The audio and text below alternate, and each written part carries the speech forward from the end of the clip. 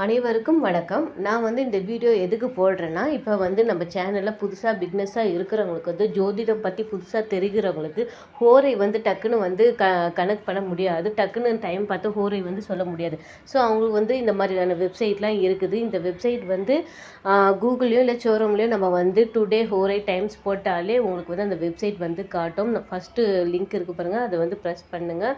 Press பண்ணும்போது உங்களோட மாவட்டத்தை போட்டிங்கன்னா அக்யூரேட்டான உங்கள் டைமில் எந்தெந்த ஹோரைகள்லாம் இருக்குதுன்னு தெரிஞ்சுக்கலாம். இது எதுக்கு தெரிஞ்சுக்கிறோன்னா, இந்தந்த ஹோரையில் இந்தந்த சில விஷயங்களை பொதுவாக நம்ம பண்ணணும்.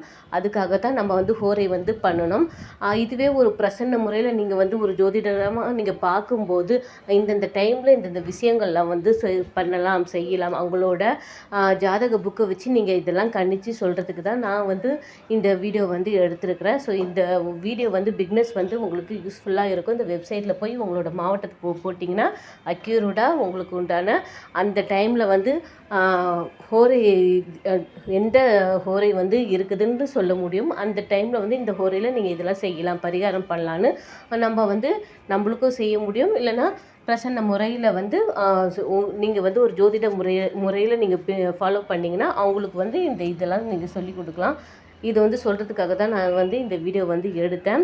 இப்போ இந்த வெப்சைட்டில் என்னோட சென்னை மாவட்டம் நான் போட்டும்போது எனக்கு சந்திரஹோரை நான் பார்க்குற டைமில் எனக்கு கிடச்சிது. இந்த டைமில் நான் என்னென்னலாம் பண்ணலான்னு நம்ம நீங்கள் இந்த வீடியோ பார்த்து இந்த வெப்சைட் யூஸ் பண்ணியிருந்தீங்களா? உங்களோட நீங்கள் பார்த்த டைமில் எந்த ஹோரை இருக்குதுன்னு கமெண்ட் பண்ணுங்கள், நம்மளும் தெரிஞ்சுக்கலாம். நன்றி, வணக்கம்.